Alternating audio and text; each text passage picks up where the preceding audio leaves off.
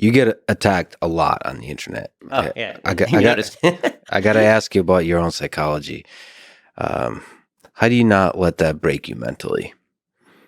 And how do you avoid letting that lead to a resentment of the groups that attack you? I mean, there are a few sort of practical things that I've done. So, for example, I would say that 4 years ago, Twitter was all consuming. Twitter is an ego machine, especially the notifications button, right? The notifications button is just people talking about you all the time. And the normal human tendency is, wow, people talking about me. I got to see what they're saying about me, which is a recipe for insanity. So my wife actually said, Twitter is making your life miserable. You need to take it off your phone. So Twitter is not on my phone.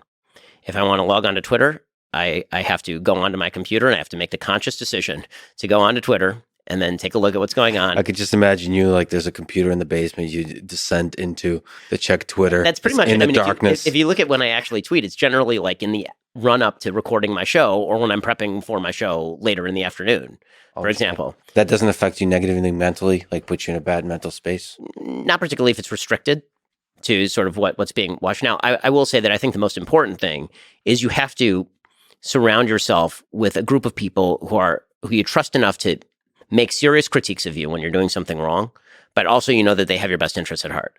Because the internet is filled with people who don't have your best interests at heart and who hate your guts. And so you can't really take those critiques seriously or it does wreck you. And the world is also filled with sycophants, right? Then the more successful you become, there are a lot of people who will tell you you're always doing the right thing. I'm very lucky. I got married when I was 24. My wife was 20. So she's known me long before I was famous or wealthy or anything. And so she's a good sounding board. I have a family that's willing to call me out on my bullshit, as you talked to Ye about.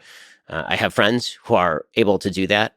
I try to have open lines of communications with people who I believe have my best interests at heart. But one of the sort of conditions of being friends is that when you see me do something wrong, I'd like for you to let me know that so I can correct it. I don't want to leave bad impressions out there. The sad thing about the internet, just looking at the critiques you get, I see very few critiques from people that actually want you to succeed, want you to grow. I mean, they're they're not sophisticated. They're cruel. The critiques are it's not actual critiques. It's just cruelty. And then that's most of Twitter. I mean, as I said, Twitter is a place to smack and be smacked. I mean, anybody who uses Twitter for an intellectual conversation, I think, is engaging in category error. I use it to spread love. I think it's still You're possible. the only one. It's you and no one else, my friend.